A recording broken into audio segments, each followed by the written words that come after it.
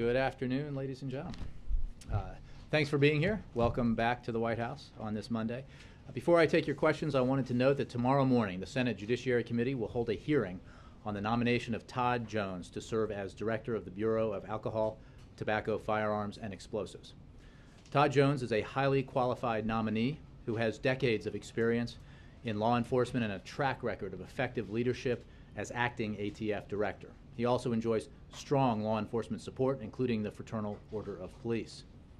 The ATF is a critical law enforcement agency that helps protect our communities from dangerous criminals, gun violence, and acts of terror. Yet for the past 6 years, it has been serving without a confirmed director because Senate Republicans have blocked every nominee regardless of their qualifications. As part of this common sense plan to reduce gun violence, his common sense plan to reduce gun violence, the President called on Congress to finally put a confirmed director at the helm of this vital agency, and we hope that they will act swiftly to do so.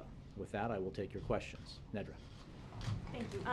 Now that we have an identity of the NSA leaker, and we've heard a little bit about why he says he did that, can you talk about how the President views him and his motivations and how vigorously this administration is planning to pursue an investigation?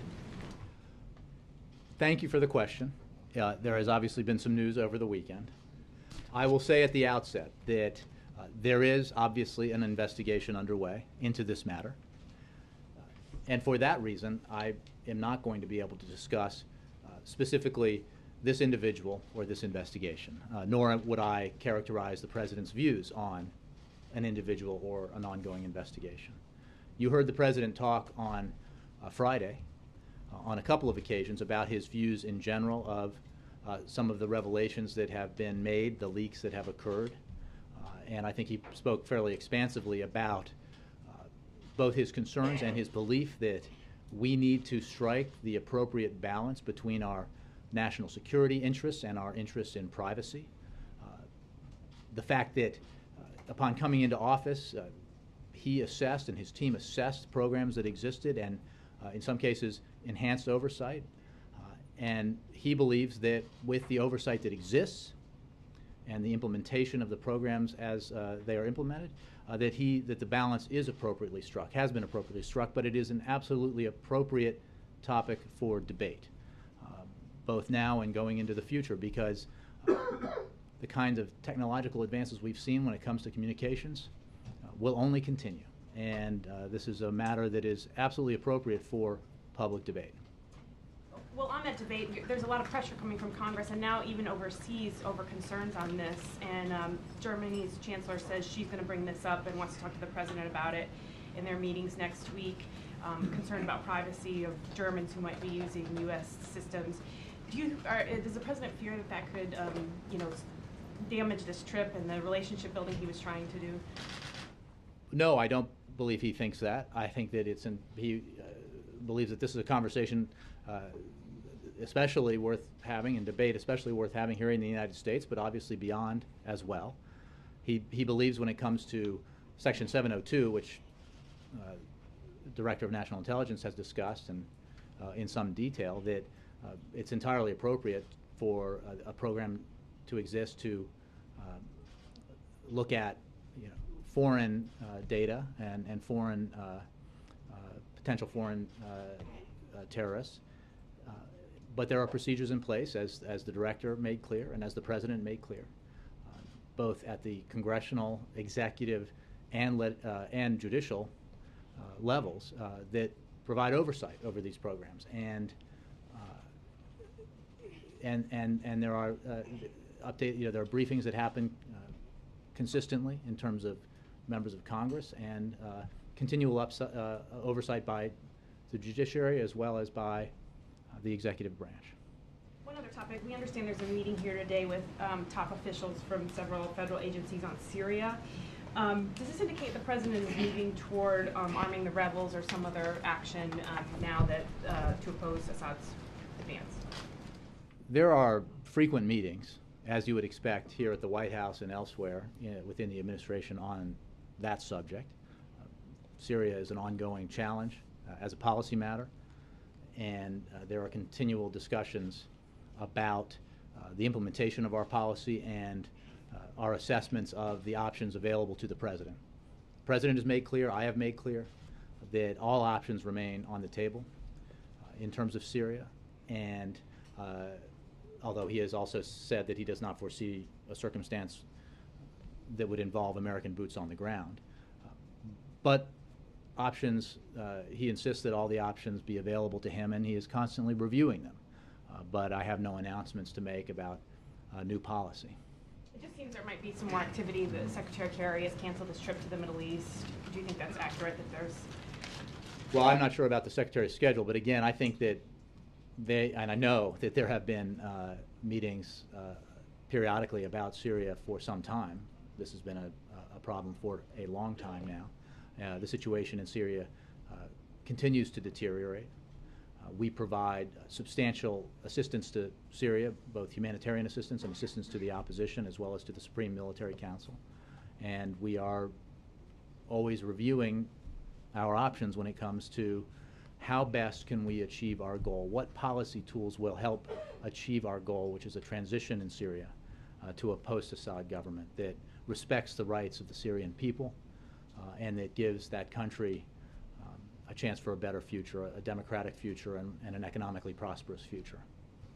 Yes? Jay, does the United States know, or the U.S. authorities know, where Edward Snowden is right now, and are they trying to get in touch with him? There is, as has been stated, an investigation into this matter and this individual, and I would refer you to the investigative bodies for that information.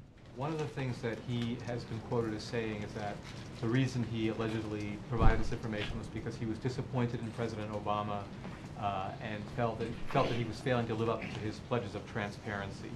How does the White House feel about that accusation? Well, again, I'm not going to comment on a specific case or an individual. I think that the President's record on transparency is broad and significant. I think the President's record on making the kinds of changes that he promised he would make to the ways that we pursue our fight against al-Qaeda and our fight against terrorists and extremists, he has lived up to. I think that if you look at the distinction between how that fight was engaged in the previous administration and how it is engaged now, you will find that he has lived up to those promises and kept those promises and made those changes. I mean, if you think about it, under the previous administration, the top 4 things, if you will, that we remember was the decision to invade Iraq as part of the war on terrorism. It was the decision to allow so-called enhanced interrogation techniques, otherwise known as torture. The decision to open a permanent detention facility at Guantanamo Bay, and the allowance of warrantless wiretapping in every case. The President's policy, this President's policy, has been different. He has ended torture. The programs that we've discussed, and because of the leaks that have happened lately, while legitimate subject of debate and discussion when we talk about the balance necessary, all involve court approval. They involve they involve congressional review and oversight. When it comes to Guantanamo Bay, as you know, the President has sought to close that facility. The President's Chief of Staff was just there on Friday with Senators McCain and Feinstein, and they issued a joint statement calling for the closure of Guantanamo Bay, and of course, the President ended the war in Iraq. I'm going back to Nedra's question about Syria. Britain and France both recently lifted their prohibitions against arming the rebels. Mm-hmm. Has the President or the National Security Advisor been in touch with Britain and France to discuss Assad's recent advances in that civil war? I don't have any conversations to read out to you or to make public at that level. I'm sure there are constant communications at different levels between this government and the governments of our allies, very close allies that we work with on this issue and many others. When it comes to Syria, as I said earlier, the President is constantly reviewing the options available to him and assessing those options through the lens of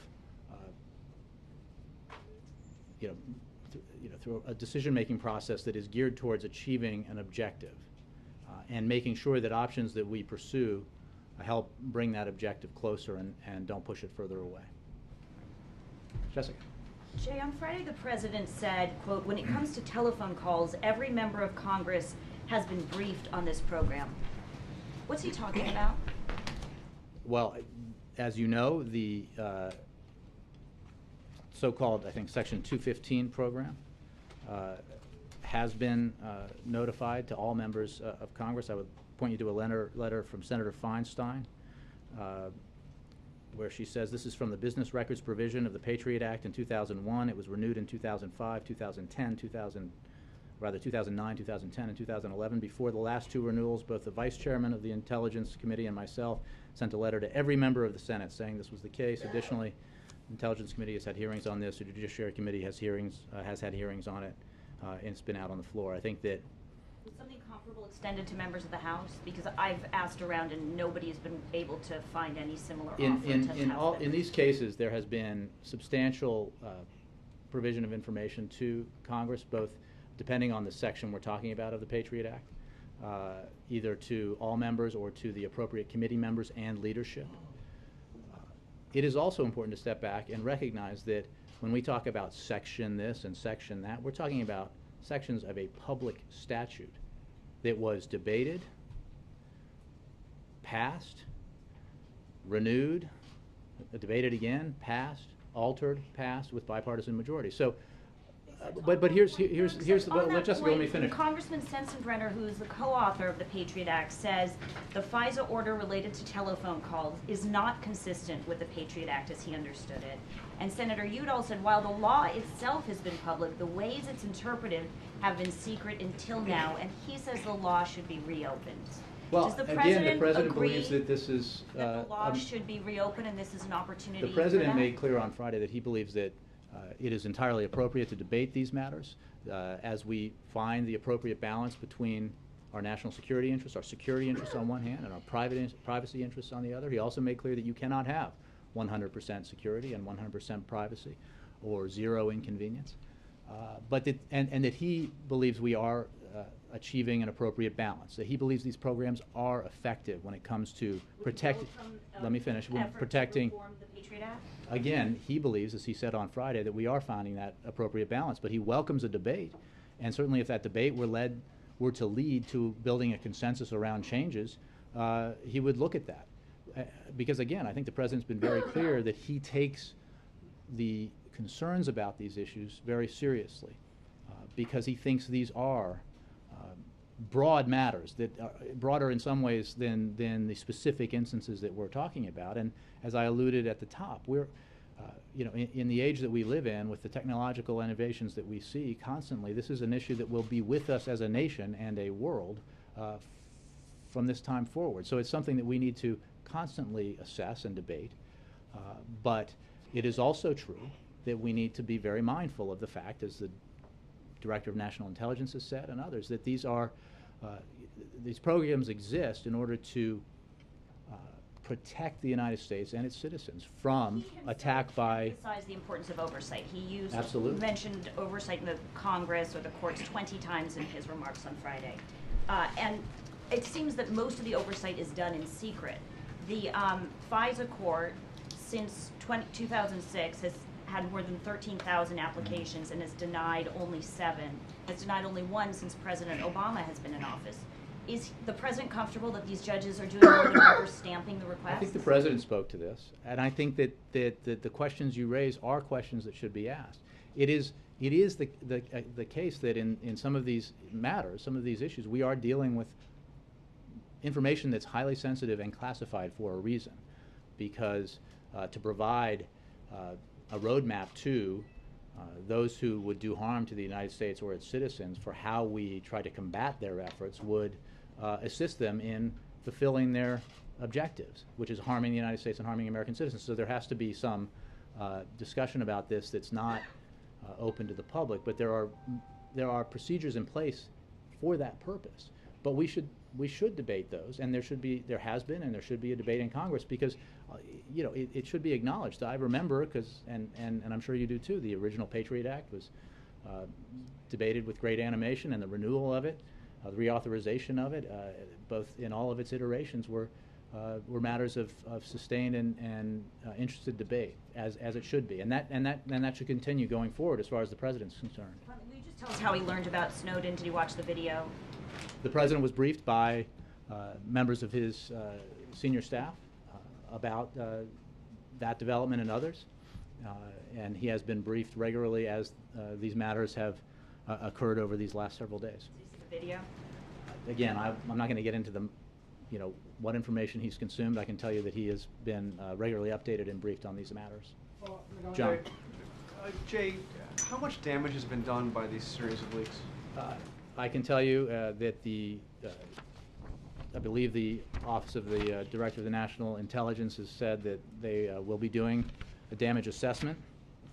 The DNI's National Counterintelligence Executive, is conducting a formal damage assessment, and for details on that process, I don't believe they've reached conclusions, but for details on that, I would refer you to them. Well, we did hear one of Clapper's statements over the weekend saying that grave damage has been done to our intelligence gathering capabilities. Does the White House share that view? We certainly support and what Director Clapper has said. And again, I think that assessment is ongoing, but he's certainly in a position to know, broadly speaking, that revelations like this can be and have been damaging. How do you square that with what you just said a few minutes ago about how every member of Congress was told about this? There was a public debate on all of this. How do you square this with being kind of nothing new here, programs that have been in place for years that have been thoroughly debated, with it being something that causes grave national security? I can spell it out for you, John. Obviously, there are specific classified operations and programs, but there are authorizations for this overall effort that are public, part of a public statute.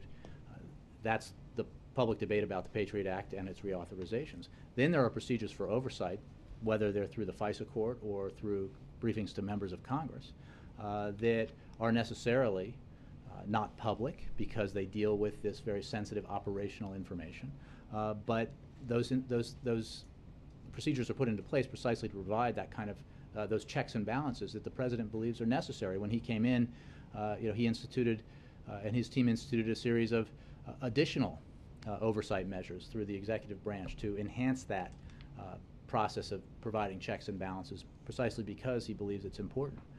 But again, as he said, and I'll repeat, he thinks this is a worthy subject for discussion. This is not the manner by which he had hoped to have the debate. He spoke about this just a few weeks ago in his long speech at the National Defense University. Spoke about a number of matters, but actually talked about surveillance and privacy and national security specifically. And he is interested in having that debate and having this discussed. He believes it's in our interest as a nation to discuss it and debate it, and for us to collectively assess where that balance should be struck. He has obviously, because of his responsibilities in office, assessed and made determinations about the efficacy of programs that exist that are in the interest of our national security, and taken action to ensure that the balance is struck, in his view, appropriately. But that doesn't mean that we shouldn't continue to debate this, because it is a matter of great national interest. Snowden and The Guardian have both suggested that there is more to come. What is being done to ensure that this 29-year-old does no more damage to national security by leaking more classified information? Well, those are the kinds of assessments and actions that will be done and taken by investigative authorities as well as the intelligence community. So I would refer you to them, except to say that, as you would expect, action is being taken and will be taken to protect our national security information. And then just one more. There's a petition on the White House website saying pardon Edward Snowden immediately, calling the president to issue a pardon. 12,000 signatures last time I saw. What is the White House reaction to such a notion, well, and to the sense that he is a hero? Some are calling him a hero for being a whistleblower on this. What does the White House say to that? Well, I won't comment specifically on an individual or his status. When it comes to the petitions, we obviously await a threshold being crossed before we respond to it, and that threshold has not been crossed. Well, not on him. On the notion whoever leaked this, whether it be him or whether it be somebody else, What do you say to the notion that whoever leaked this is a national hero? I think Director Clapper has spoken about this. I think the President has, that in general, leaks of sensitive classified information that cause harm to our national security interests are a problem, a serious problem. And they're classified for a reason. And as I said, I think to Jessica, when you, and I'm basically paraphrasing Director Clapper, that when you divulge information that provides a playbook, if you will, to efforts that this government undertakes to counter the efforts of those who would kill Americans or attack the United States in some ways, or our allies, you're assisting them in evading those measures. So, but again, I'm just paraphrasing the expert here, if you will. Assessments are being made more broadly about the damage done here by the appropriate authorities. Major. You said yesterday that this administration has put in more protections and evidentiary standards than the Bush administration had for this type of surveillance, but that it's also engaged in a much larger and wider scope of surveillance. Would you agree with both statements? Well, I would point you to the agencies that undertake these efforts. I'm not sure I could make that qualitative assessment. I would simply say that. I'm sorry? You have about one element of what he said, which is the safeguards and evidentiary standards that the administration has put in. But again, I'm not going to comment on programs and the scope of efforts that we undertake to combat terrorists or extremists with any specificity. What I can tell you is that the programs are judged by the President and by his national security team to be necessary and effective. They are also accorded oversight by all three branches of government, as is appropriate. And it is also the case that these programs and the general principle about finding the balance between our security interests and our need and desire for privacy is something that we should constantly engage in. You said the President is comfortable having this debate, but it's obvious the debate would not be happening unless there had been a leak. Well, I would point you to the speech the President gave prior to the leaks, where he's, well... You read it too, and it had nothing to do with this. It didn't well, discuss the actually, specificity. Major, I would refer you to the speech. There was a section on this. No, it didn't discuss these specific It talks methods. He talks specific. Well, you're saying that he didn't leak classified information. I agree with that, but the President's comfortable with this debate. It's a debate that is now happening because somebody leaked information. Well, correct? That's. I think I just said earlier that the President doesn't obviously welcome this way that this debate has been. The President gave a nearly an hour-long speech in which he talked about a variety of approaches to counterterrorism, and he talked, he talked specifically about surveillance programs and finding the balance between. Subject to interpretations that this administration has carried out under those various sections, interpretations that are largely with oversight by the judiciary and Congress, viewable by the public, generally speaking. Well, right? Again, I think that the question you asked is how were we, would we have had this debate? And I would point you to the fact that the President gave a speech calling for this debate several weeks ago prior to these leaks. Jay, on this question, if it is doing so much damage to our national security, where's the anger? Where's the outrage? You seem to just be saying, well, it's being investigated. Was the President personally angry about this? Is there any? The President spoke to this on Friday. I would point you to his comments. Neither he nor I is going to comment on a specific case that's just under investigation, but I will point you to what the director, the DNI said and what the President said about the harm done by the leak of highly sensitive classified information. And I think that both are true, that we have to be mindful of the fact that this information in these, broadly speaking, these instances are classified, this information is classified for a reason.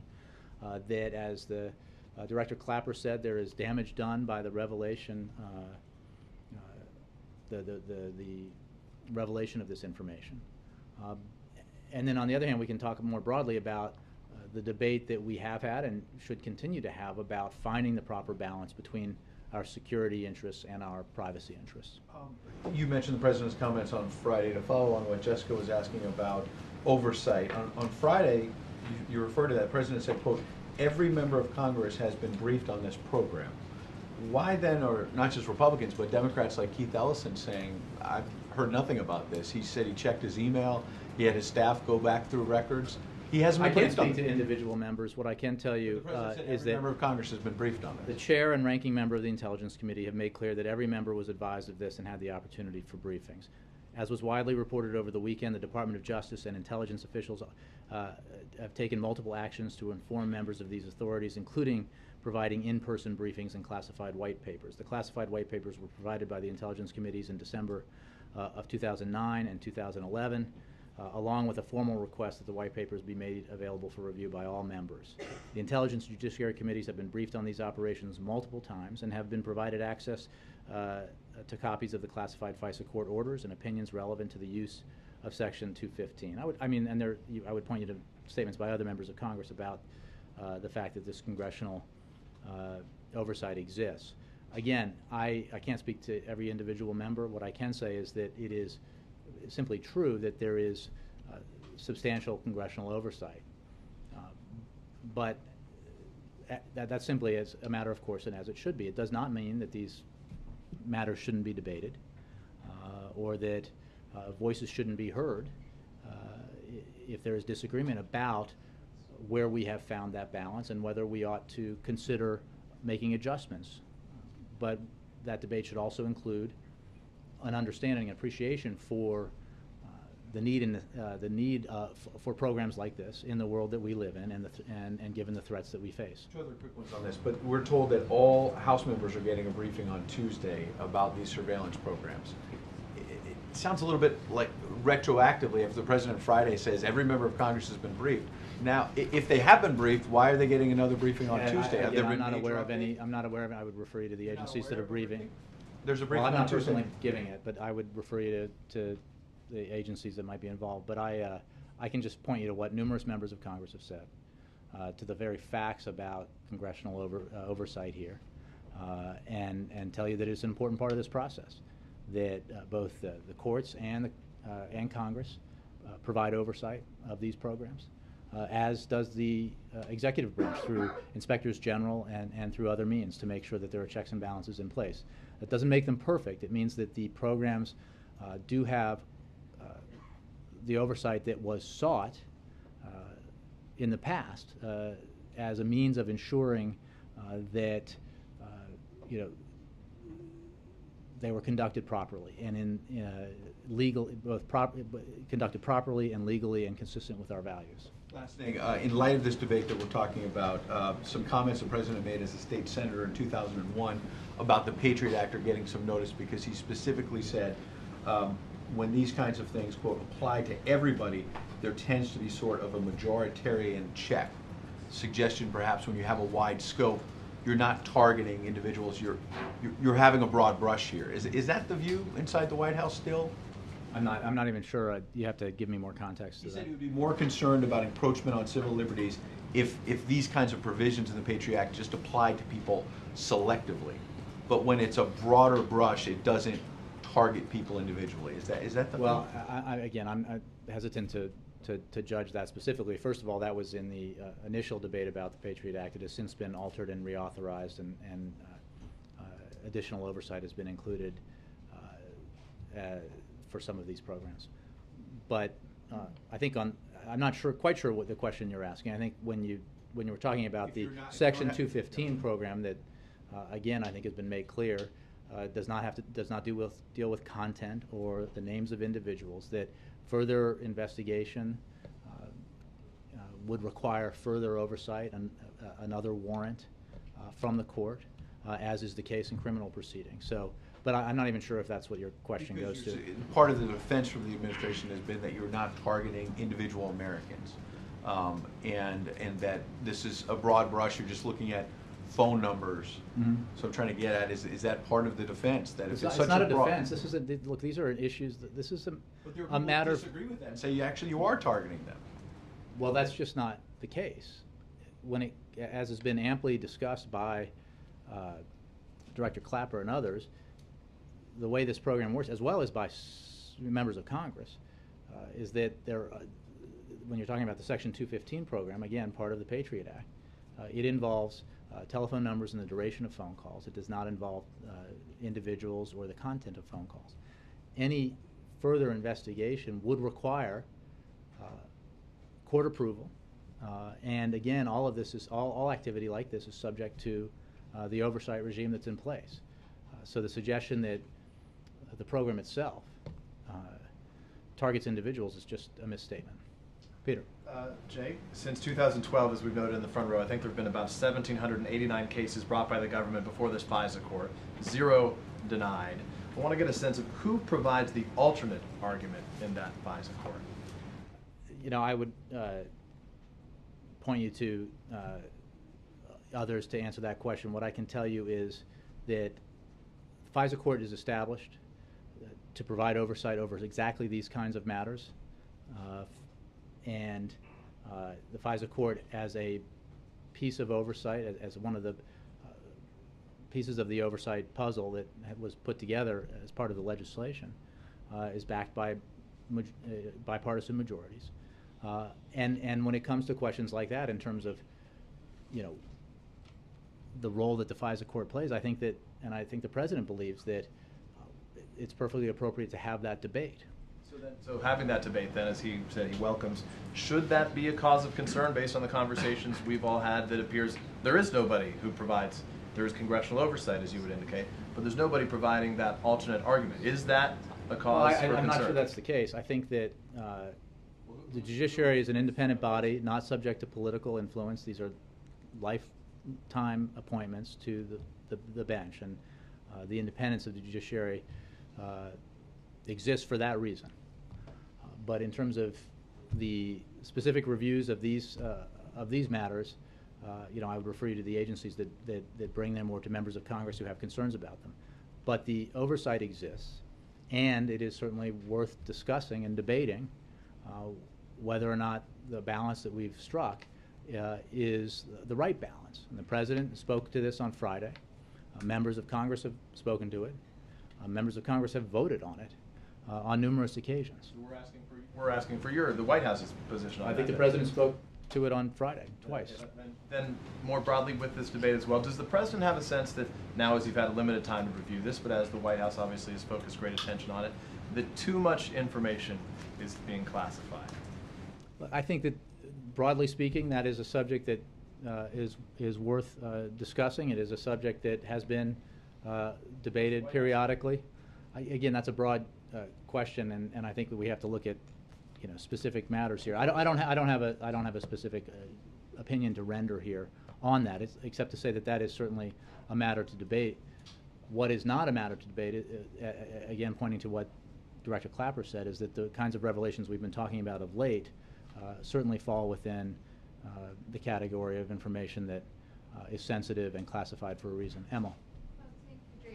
Concerning President trip to California, meeting with President of China, was any progress on any issue that matters to two countries? And on Turkey, you said us before, the U.S. administration is closely monitoring recent events in Turkey. What does President think about Turkish Prime Minister's approach to protesters? On Turkey, let me begin with that. We continue to follow the events there closely and with concern. And as we have said, the United States supports full freedom of expression and assembly, including the right of peaceful protest, as fundamental to any democracy. And we believe that the vast majority of the protesters have been peaceful, law-abiding, ordinary citizens exercising their rights. We continue to have serious concerns about the reports of excessive use of force by police and large numbers of injuries and damage to property, and welcome calls for these events to be investigated. We also continue to urge all parties to refrain from provoking violence. You know, we're monitoring these developments and continue to have the concerns that we've expressed. On the President's meetings with President Xi, our National Security Advisor, Tom Donilon, I think briefed the press pretty extensively about the meetings that were held, the substantive meetings that were held between the two leaders and their teams, and I would, you know, say that there was progress made, and they were productive meetings. Mr. Donilon spoke about a number of topics. I think he spoke in some depth about the discussions over cybersecurity and the President's concerns that he raised with President Xi about the theft of economic information. But I would refer you to Mr. Donovan's comments on that. Peter. Thank you, Jay. The President has called for this debate, as you mentioned. Does the President believe that Americans are armed with sufficient information to really make a reasoned judgment about where the line, whether the appropriate balance has been struck between security and privacy? Well, that's an excellent question, and I think that that too is a matter for discussion. When it comes to dealing with classified information, necessarily classified information, even that is dealt with by the appropriate congressional committees, obviously the people's representatives are elected and sent to Congress to represent them, and on some of these matters represent them in their dealings with issues that are classified. But again, I think that this is a broader concern and should be a broader subject of debate going forward in our country because of the world that we live in when it comes to electronic communications and technological innovations. Would the President like to lead this debate? Would he like to convene meetings on for this debate? Would he like to push legislation in Congress that might spark a discussion in Congress about the debate? I don't have anything to preview for you, Peter. I would simply point you to the major speech the President gave that preceded these recent leaks in which he talked about this matter as well as others to demonstrate his interest in having the debate and the legitimacy of asking probing questions about these matters. Mr. Horsley. Both you and the President referred to some additional safeguards that were put in place after he came into office with, as he said, healthy skepticism. Can you just elaborate on that? I can try.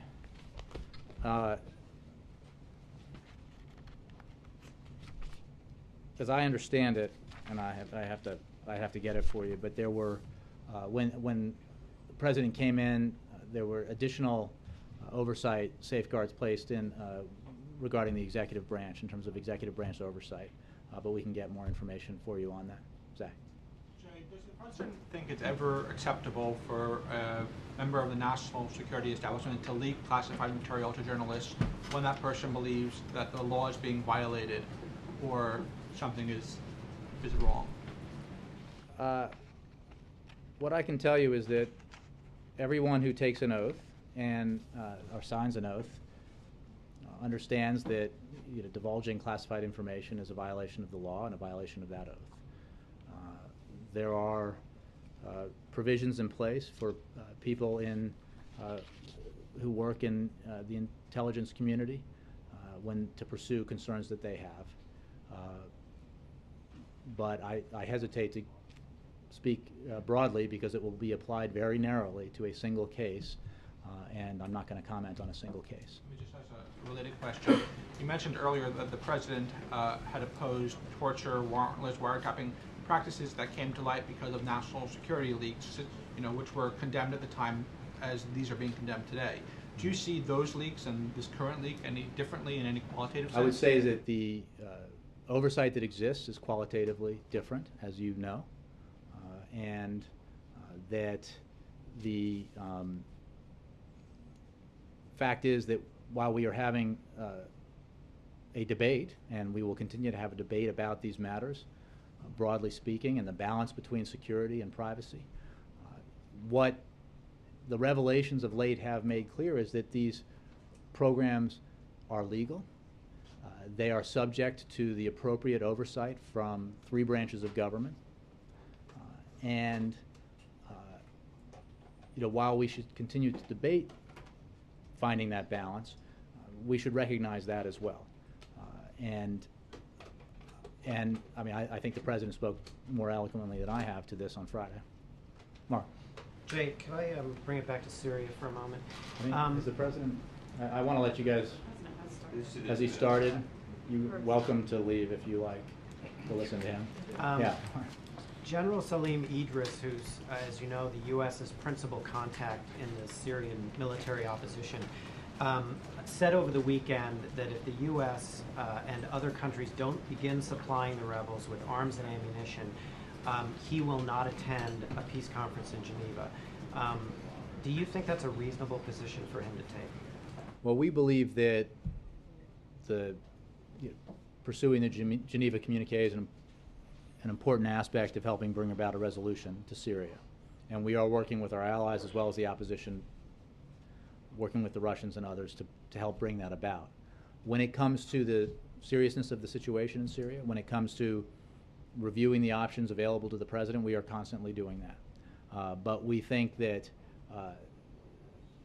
the process of reviewing those options, making policy choices that help bring about or bring us closer to the ultimate policy goal are one thing, and then the necessity of bringing the parties together around the Geneva communique is another. Now they're related, but we're evaluating them separately. Would you urge him, under the circumstances that you laid out, to attend this conference, even without that? We're kind in the process step? of working with our allies and others on constituting that conference and participation in it, but we obviously believe it should take place and that the necessary parties ought to participate.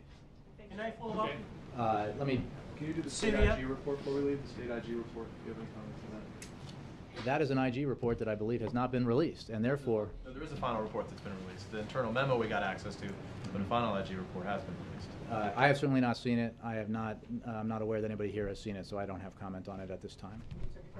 Thanks all very much. Question from the Guardian. One, Syria. Question from the Guardian. So, thank you. Given that you welcome this as an appropriate debate, Edward Snowden started, and there is concern on the Hill, would you in general be willing to admit someone like that to testify at hearings on the Hill if they were to be called? Admit someone like what? Someone who has released classified information and is currently fleeing the country. That's a general question that goes right to a specific individual who's under investigation, so I would not engage in a hypothetical like that, I'm afraid. But thank you very much. Sorry.